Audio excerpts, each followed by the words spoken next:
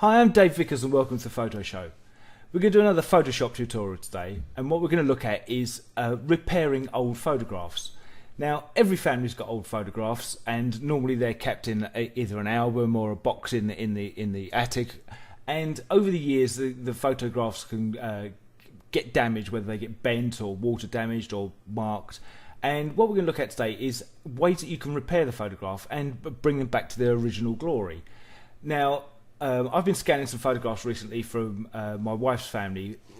So these were shot in Ireland back in the 1940s, 1950s, and over the years they've got some damage.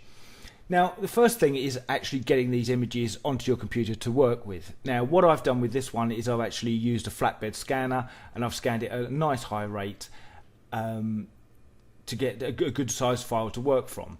Because this file's got a little bit of a tint to it, it's not a pure black and white, it's almost a slight sepia tone. I've actually scanned it as a colour photograph, so we're retaining that colour image within it. If I'd scanned it as a black and white, it would just be a pure monochrome image. If you haven't got a scanner, another option is if you use Blue Tack or something and carefully put the picture up on the wall in some even light, some nice even light, and then re-photograph it with your digital camera. Take a few shots, and somewhere in there you should have a file that will give you a good representation of the original image. Then you can then import that into a computer and work on it that way. But as I said, this is from a flatbed scanner, so we've scanned this in. It's actually quite a small original image. I'll show you this, just so you can see what kind of size the original photograph is. But by scanning it, we're able to, if we want to, print it up much larger, and also work on some of the details and get some of this image back to its original look.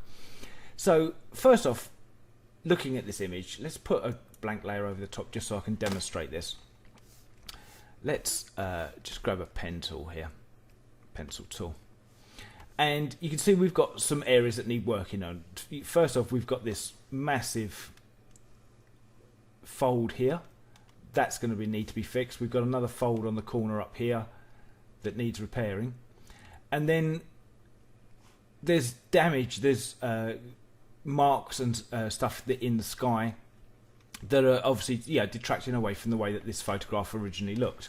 So let's get rid of that, and we'll start using some of the tools within Photoshop to repair this image and see if we can get it back to as close as it was originally. First off, I'm going to bring this up full screen, so I'm going to press Control and 0, and now we've got a big size image we can work on. And I don't want to be working on the original layer.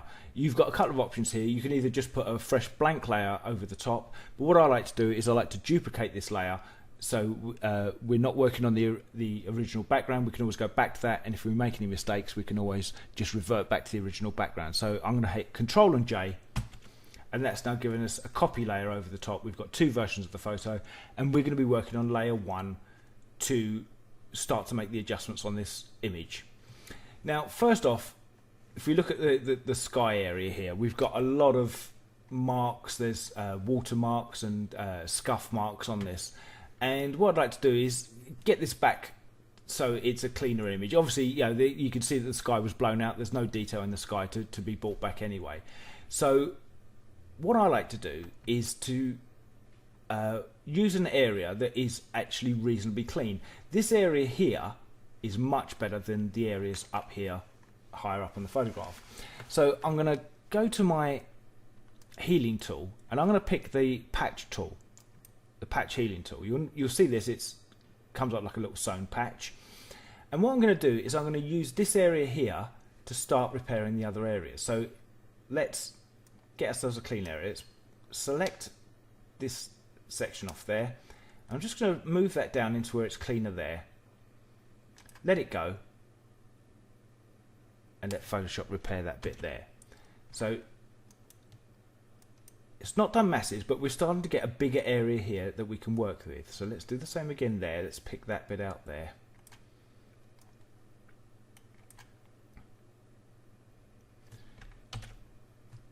And now you can see we've got quite a good area that we can use as a test point. So let's start cleaning up some of this area here. I'm just randomly going to grab areas where it needs repairing and use the area that I cleaned up as the healing point really. So we take that point, drag it into the cleaner area, and you can see by the preview that it's already going to clean that up. And I'm pressing Control and D just to get rid of the collected area. So let me just whiz through and do bits of this. Now these are the kind of jobs that obviously the more time you take, the better result you're going to get. And I would suggest always working with just smaller sections, because if you try and do a big section, it's going to take longer to process, and working in small little bite-sized pieces, you'll start to get the result working out. So let's just do this whole area here.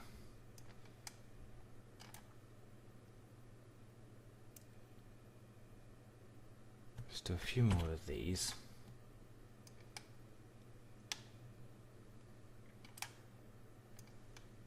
And again, you know, especially with repairing photographs, the more time you take, the better result you're going to end up with. So let's have a look.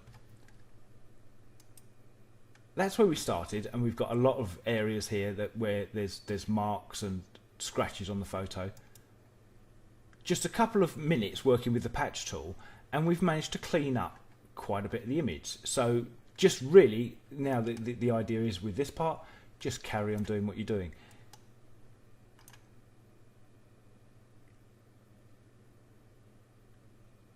Now, if I carry on cleaning this up, we'll come back in a minute when I've done more of this area, and we can see what we've actually ended up with.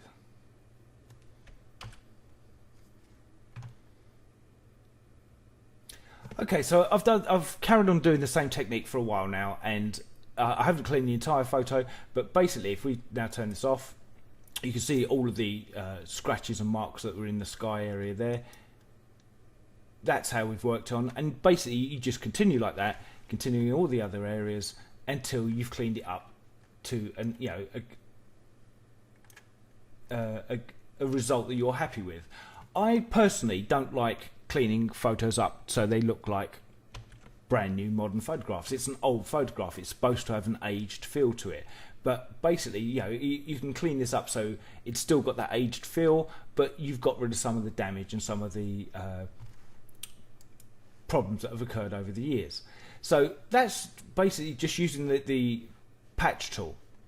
And you can do other we've got other issues here. We've got this big scar area here, and you can try using the patch tool for something like that as well. So let's just take out a section of that. Now we've got a nice clean area, we can just start to repair that as well. And you can see it's doing a grand job. Let me just Control D that out. Very simply, just by selecting that bit of the crease in the photo there and bringing it into there.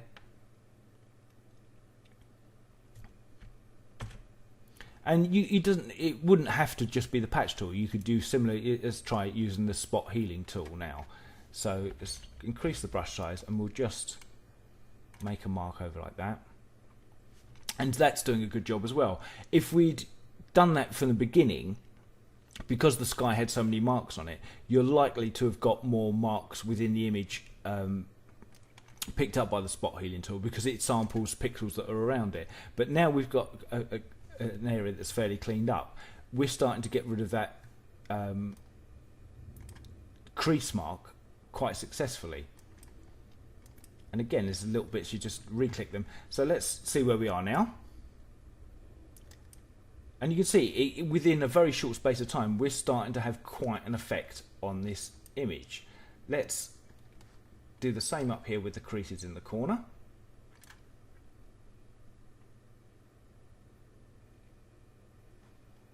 And again with that one there as well. And you can see that's where we started. We had the big crease down here. We've got the crease corners. We've got all the marks in the sky. And just by using the healing brush and the patch healing brush tool, we've actually managed to bring back detail within the image. Let's zoom in a bit, because there's a couple of other areas here. So we're going to zoom in onto where we've got the crease going across the clothing now. So we could continue with this with the patch healing tool, just to take out this bit. There's not masses of detail. We've lost a lot of detail on the edge of the shirt as well there. So let's just continue down there. And you can also, so let's try a different technique now. What I'm going to try now is using the clone tool to get rid of it where we've got it on his clothes here, because there's a bit more definition. So I'm going to make a blank layer just by clicking the little folded paper icon, and S on my keyboard will bring up my clone stamp tool. You've also got to just pick it from here as well. And I'm going to make the brush size a little bit smaller. And with the clone stamp tool, you've got to sample an area. So let's sample an area there that's similar colour, and just start to clone up there. See, now what's happened there is I've hit the corner of the pocket of the trousers, so let's over the top of that bit. And if you resample from areas, different areas, you'll start to give a more realistic effect to the image as you go along. So even there now, so let's pick from there and just clone in this part. And we're getting some of the whatever crop it is they're cutting here, and just clone that over the top. Do the same. Let's clone from that area there, just so we've got a bit of difference in the cloning. If you clone from one area, you're going to get artifacts that are going to make it look like it was cloned. You'll get similar areas that will just line up, and it'll look too much like it's been cloned. So I'm just now taking out that other crease or scratch we have across the image there. And again, just resample areas and take your time. The more time you take with this, the better the end result's going to be. So let's just again sample there, and we'll come up to that bit there. You can see now where it's starting to double clone areas. You're getting that scratch coming back in. So let's take that back out.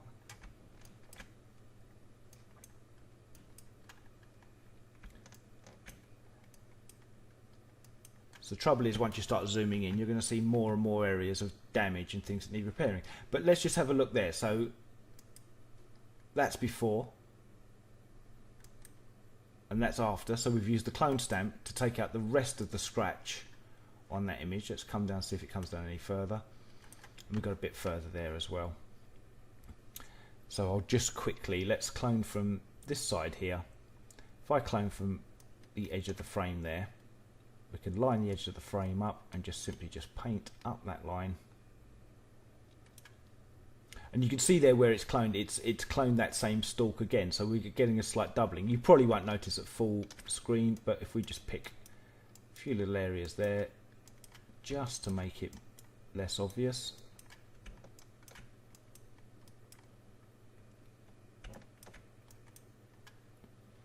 And there we go. And we could do exactly the same here on the frame.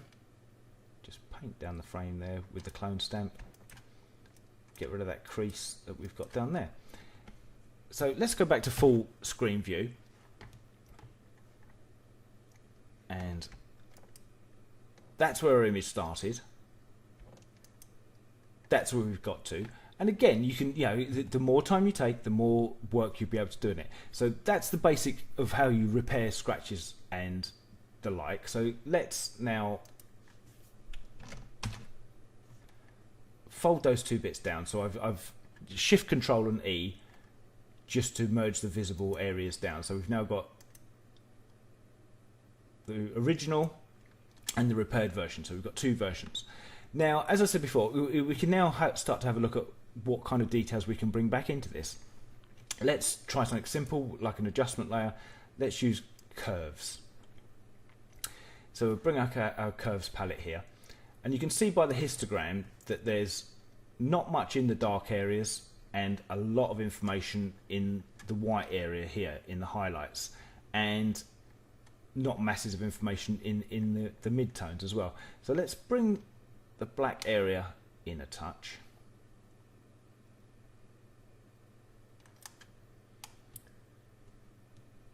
And see what happens if we drop that down a touch up there as well.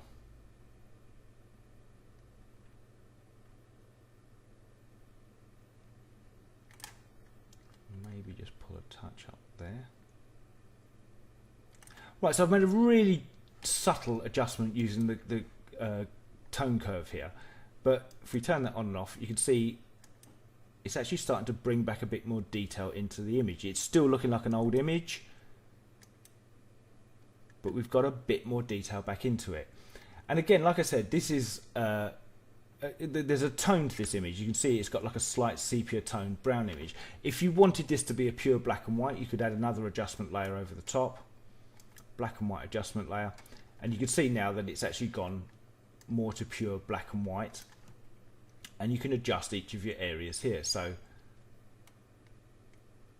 the reds are going to affect, the reds and yellows are going to affect the skin tones more than anything. Let's take some of the blue out of it, take some of the cyan.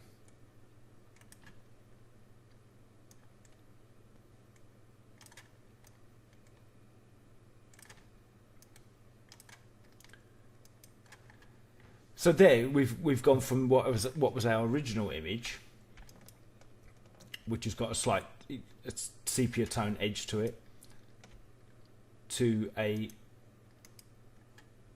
black and white toned, just a more of a monochrome.